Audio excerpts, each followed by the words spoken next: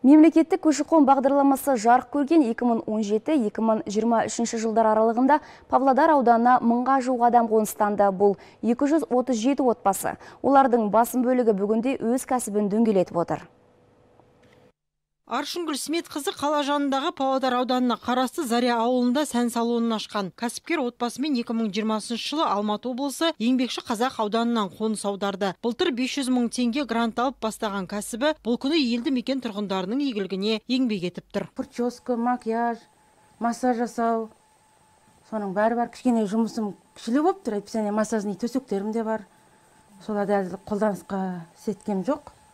Бұйырса, бәрін өзім жасаймын.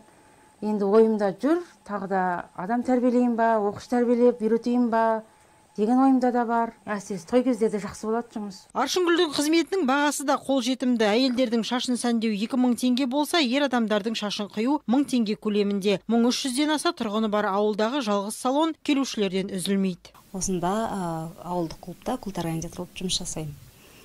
Бізде клубтық жерде істегендіктен іс-шаралар көп болады, бізге осындай салондар көп қажет болады дегендіктен бізге осы салон ашылғаны өте жақсы, ыңғайлы болды.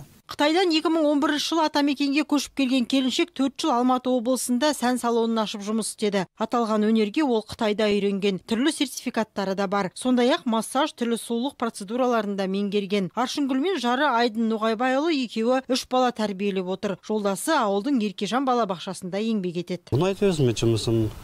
Жұмыс көп істеймін осыны. Негізі ремонт қой негізі. Ремонт жұмысын істеймін. Ішінде бұзылған, шашылған нелерді жөндеп, сондай жұмыстармен ғана айналысамын.